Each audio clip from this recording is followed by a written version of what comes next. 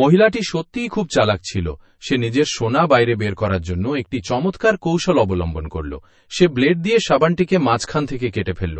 তারপর ছোট চাকু দিয়ে সেটির ভেতর চৌকো জায়গা খালি করল এবং তার মধ্যে সোনা লুকিয়ে রাখল। পরে দুটি টুকরোকে একসাথে জুড়ে দিল।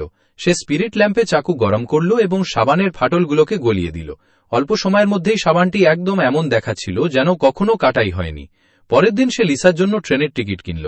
পরিকল্পনা ছিল যে লিসা নিজের মালামালের সাথে ওই সাবানটি নিয়ে যাবে এবং সোনা বাইরে বেরিয়ে যাবে। কিন্তু লিসা বাইরে বের হওয়া মাত্রই একজন গার্ড তাকে থামিয়ে দিল। সে কঠোরভাবে বলল যে বাইরে কোনো কিছু নিয়ে যাওয়া নিষেধ। মহিলাটি ঘাবড়ে গেল এবং তৎক্ষণাৎ সাবানের কৌটাটি ফেরত নিয়ে নিল। দরজা বন্ধ করে সে লিসাকে বলল যে এই পরিকল্পনার কথা যেন কেউ জানতে না পারে। এখন মহিলার মনে হলো যে শুধু তার ভাগ্নে জ্যাকই সাহায্য করতে পারে। জ্যাক সাবান নিয়ে রওনা দিল। মহিলাটি তাকে বিপদে ফেলতে চাইছিল না, কিন্তু আর কোনো উপায় ছিল না।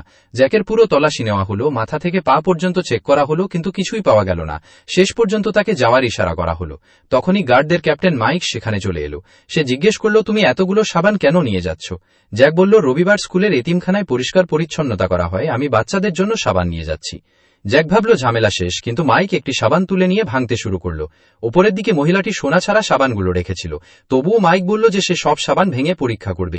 মহিলাটি ভয়ে কাঁপতে শুরু করল। তখনই জ্যাক বলল, আমার মা একজন অফিসারকে চেনেন, তাকে ডেকে মাইন ডিটেক্টর দিয়ে পুরো বিল্ডিং স্ক্যান করিয়ে নিন, সব পরিষ্কার হয়ে যাবে। মাইকের এই কথাটি পছন্দ হলো, তার সন্দেহ দূর হলো এবং সে জ্যাককে যেতে দিল। অবশেষে মহিলাটি স্বস্তির নিঃশ্বাস ফেলল।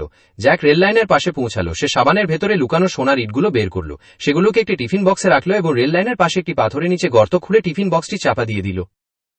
বন্ধুরা, ভিডিওটি পার্ট 2 দেখতে চাইলে কমেন্ট করে জানা।